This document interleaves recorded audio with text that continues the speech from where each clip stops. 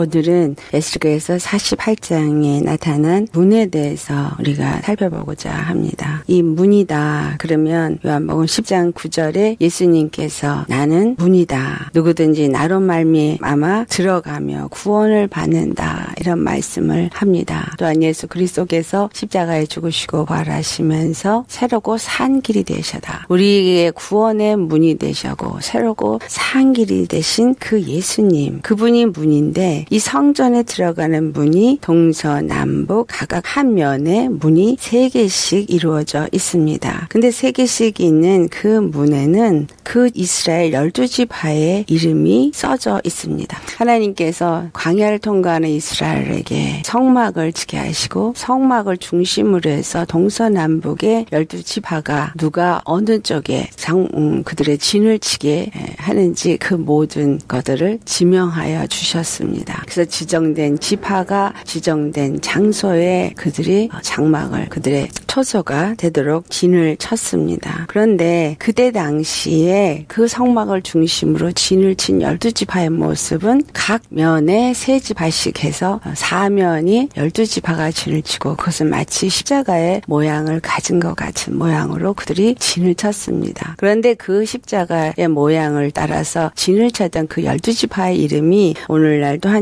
이곳에 12문에 기록이 되어지는데 참 희한한 것은 그 12지파의 진을 치는 그 이름대로 그 지명했던 거가 이 문의 이름이 기록된 것이 다르다라는 사실이에요. 북쪽의 문을 보면은 유다와 르우벤과 레위가 쪽에 있는 문으로 되어 있고 그 다음에 동쪽의 문에는 요셉 문이요 베냐민 문이요 단 문이라 기업을 나눠줄 때는 요셉의 두 아들 에브라임과 므낫세를 각각 나누어서 그들에게 기업을 주어서 요셉에게 약속하신 것처럼 갑절에 기업을 주겠다 하신 하나님의 말씀대로 그에게 있었던 두 아들 에브라임과 므낫세가 각각 기업을 물려받게 됩니다. 그런데 이 문에 대해서는 하나로 다시 요셉 문이라 그래서 오리지널 12아들에 대한 그 이름들로 문의 이름이 기록이 되어져 있다라는 것을 우리가 볼 수 있습니다. 또한 서쪽의 문은 갓과 아셀과 납달리 모두가 레아와 라헬의 여종이었던 실바와 빌하가 낳은 아들들로만 그 지파의 이름이 써져 있다. 이 문, 성전으로 들어가는 문이 되신 예수 그리스도는 바로 우리가 이와 같이 우리 자신을 포기하고 예수님 안에서 겸손한 자가 되어지기 위해서 십자가를 지고 하나님의 집을 향해서 나아가는 그 구원의 문이 됨을 알 수가 있습니다. 그래서 예수 그리스도와 함께 그 문을 들어가며 나오며 꼴을 먹게 된다라는 말씀을 하고 있습니다. 이사야 선지자를 통해서 이제 예수 그리스도가 바로 우리의 이 문이 되어주시고 바로 구원의 주인이 되어주시고 하나님의 나라에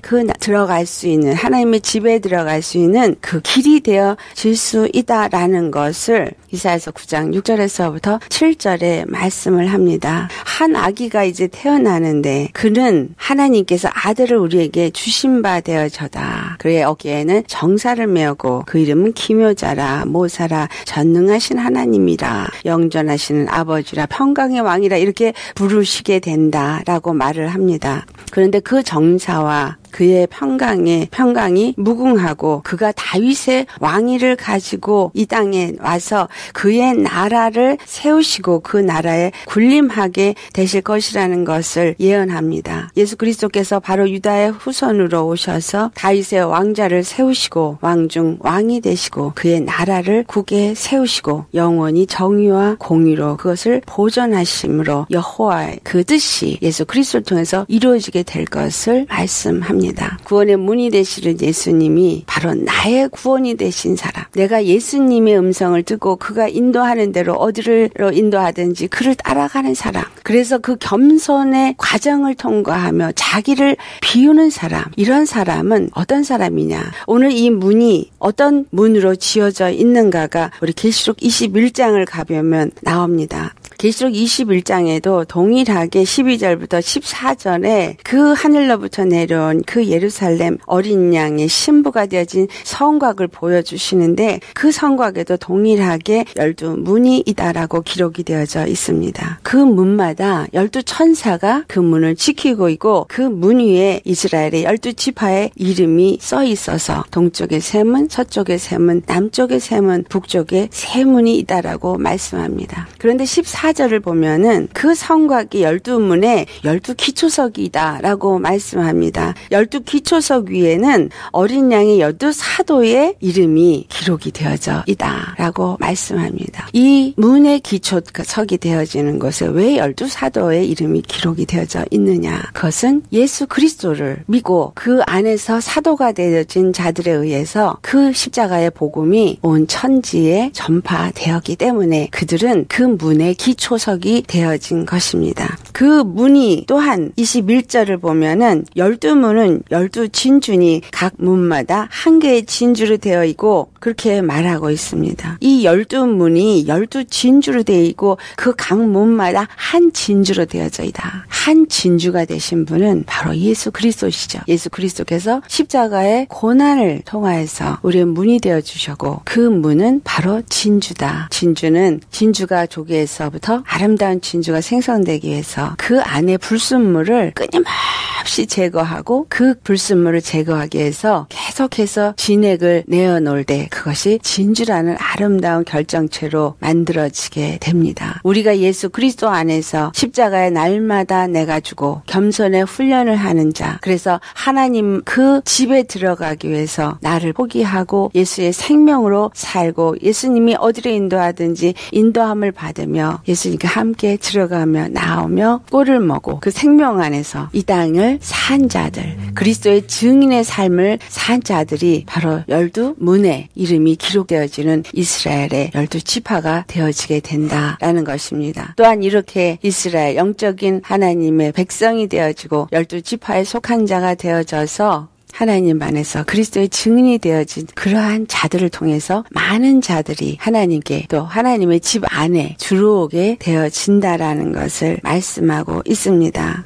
어린 양의 신부로 보여진 새 예루살렘 성전의 모습과 오늘 이 에스겔서 48장에 나타나고 있는 12문에 대한 것과 같은 내용이 기록되어져 있는 것을 우리가 볼 수 있습니다. 계시록에 나타난 그 성곽의 길이가 14만 4천일 때 거기에도 4라는 숫자가 계속해서 나옵니다. 12지파 12사도로 말미암아서 세워진 성곽의 14만 4큐빅은 바로 4라는 숫자와 1이라는 숫자가 함께 마지막 때라는 것과 연합되어져서 14만 4천 144큐빅 이러한 이야기들이 나오는 것 것은 이러한 훈련을 통과하고 이러한 고난을 오직 믿음으로 통과한 자들만이 어린 양의 신부가 되어지고 바로 그 어린 양의 신부가 되어진 성곽의 문이 될 수 있다라는 것을 우리에게 말씀하는 것입니다. 하나님이 온전한 성전이 완성이 되어질 때 우리가 이 문으로 들어갈 수 있게 됩니다. 계속해서 에스겔에게 보여준 환상의 그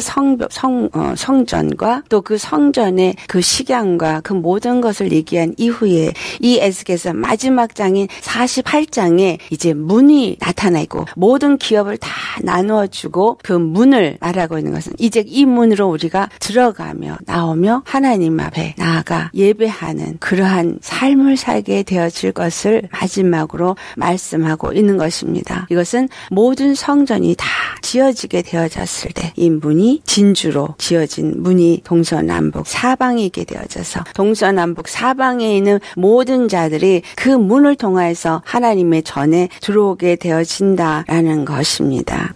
오늘 맨 마지막 절 35절에 그 성읍의 이름을 여호와 삼마라 하게다. 여호와 삼마라는 그 단어의 뜻은 주께서 여기에 계시다. 이 여호와 삼마는 예루살렘이 가진 상징적인 이름입니다. 그렇다면 예루살렘의 성전이 새 예루살렘 성전이 온전히 지어지고 완성되어졌을 때 우리 주께서 그곳에 영원히 함께 계신다라는 것을 말하고 있습니다. 마태복음 1장 3절에 처녀가 잉태하여 아들을 낳으리니 그 이름을 임마누엘이라 하리라. 이 말을 번역하면 하나님이 우리와 함께 하신다. 예수 그리스도께서 이 땅에 오셨을 때 하나님의 그 뜻을 마지막 때에 새 예루살렘 성전을 지으시기 위해서 오셨고, 그 오심은 바로 임마누엘, 하나님이 우리와 함께 하시며 그 일을 이루신다라는 것을 말씀하고 있고, 이것이 다 완성됐을 때 그 성곽의 이름은 여호와 삼마라.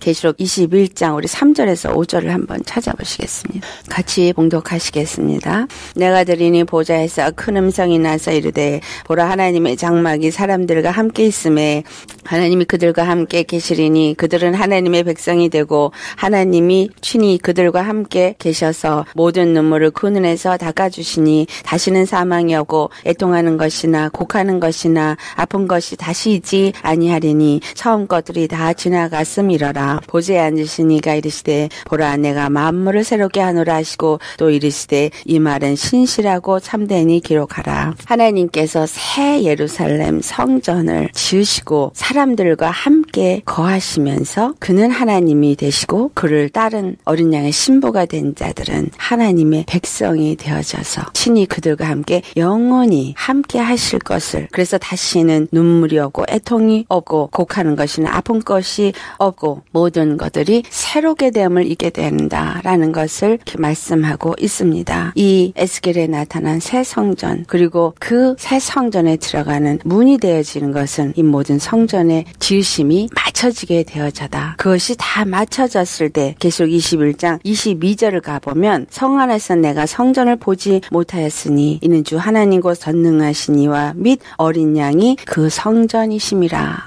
성막을 천히 성전을 분명히 이렇다 저렇다 다 얘기를 했는데 정작 성 안에 들어가 보니 성전이 보이지 아니하다라는 것입니다. 왜 이 성전이 보이지 않느냐? 우리는 천국에 가면 예수 그리스도를 볼 것이라고 다 생각을 합니다. 그런데 예수 그리스도를 우리는 만나지 못합니다. 왜냐하면 이 계시록 21장 22절의 말씀, 주 하나님 곧 전능하신 이와 및 어린 양이 그 성전이라. 자, 하나님과 및 어린 양이 성전이고 우리도 또한 예수 그리스도 안에서 성전이고, 그래서 이 성전이 된 우리는 예수님과 함께 한 예루살렘 새 성전이 되어져서 완전히 예수님과 하나로 성전으로 연합되어진 그것이 바로 혼인인 겁니다. 그 혼인은 어떤 혼인 예식처럼 막 즐겁게 밴드하고 그러면서 예수님 만나서 춤추고 이걸 상상하십니까? 완전한 연합, 완전한 합방의 역사는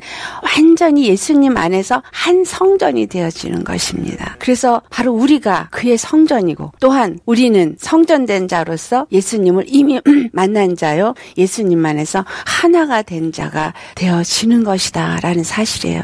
이와 같은 하나님의 성전이 되게 하시기 위해서 우리를 이 땅 가운데서 날마다 거룩하게 하시길 원하신다라는 거예요. 날마다 우리를 새롭게 하셔야 한다라는 거예요. 새롭게 함을 입고 거룩함을 입어서 하나님의 성전이 되어지는 자가 아니면은 예수님과 온전한 연합의 역사가 이루어질 수 없기 때문에, 그래서 그 문이 되어지는 그 맴이라는 그 단어가 한쪽이 이렇게 열리고 닫혀지고, 이것이 뭐예요? 예수님이 문이 돼서 열어지면 들어갈 수 있겠는데, 그러나 이것이 닫아질 때는 심판의 역사가 이루어진다. 그래서 노아의 방주 때 물을 심판할 때는 그 물에서는 이 맴이 닫혀있는 물이었었어요. 닫혀있는 맴이라는 단어를 씁니다. 그 예수 그리스도가 열려질 때는 이 땅에 무엇으로? 바로 이 구원의 역사를 이루시는 구주로 오셨고, 이제 이 모든 일을 다 이루시고 그 다음에 하늘 보좌에 가서 앉으시고 이제 이 세상을 심판할 때는 이게 닫혀지게 된다라는 사실이에요.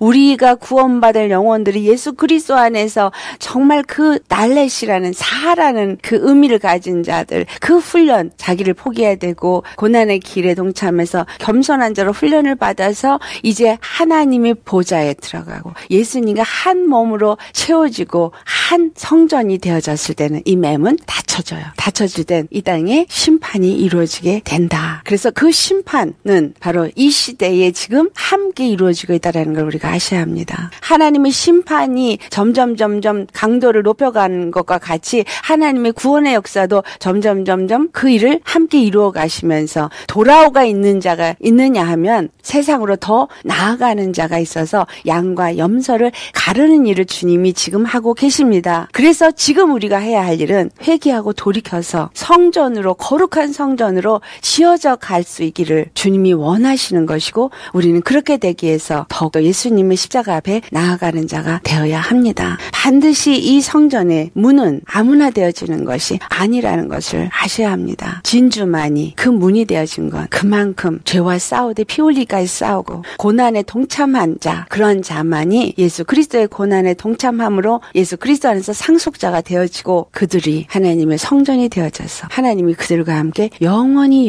함께 거하게 되므로 우리는 영원한 빛의 그 나라, 하나님의 왕국, 그 성전에 거하는 자가 되어지게 된다라는 것입니다. 그러한 자가 되지 못하면 어두운데 내쳐져서 슬피 울며 이를 갈미 있을 것이다라고 분명히 성경은 말씀하고 있습니다. 에스겔서를 이제 마치면서 정말 우리 어떠한 믿음으로 우리가 나아가야 될지, 에스겔서는 정말 하나님이 어떻게 일을 하시며 그 일을 이루시면서 그 구원의 하나님이 그 구원을 반드시 이루시며 그 이름의 영광을 위해서 일하신다라는 것을 우리에게 말씀하시고 계획하신 대로 그 모든 뜻을 이루신다라는 것을 우리는 알 수 있었습니다. 그 이름을 위해서 일하시는 하나님이 그 이름을 내게 주시고 그 이름으로 내가 하나님 여호와의 성전이 되게 하시기를 원하시기 때문에 오늘 이 고난을 통과하게 하고 이 겸손해지는 훈련을 통과하게 하고 하나님의 심판이 오기 전에 하나님의 성전으로서 흠도 오고 티도 오고 주름도 없는 거룩한 영광스러운 교회가 되게 하신다라는 것 아시기 바랍니다. 그래서 우리가 고난도 달게 받는 그리스도 안에서 상속자가 되시기를 예수 이름으로 축원합니다. 이런 자만이 예수님과 완전한 연합이 이루어져서 하나님의 거룩한 성전이 되어지고 많은 영혼들이 그리스도께로 들어올 수 있는 바로 문이 되어져서 내 이름이 그 문 위에 기록이 되어질 수 있게 된다라는 사실입니다. 아멘. 우리가 그 12지파의 이름을 하나하나 다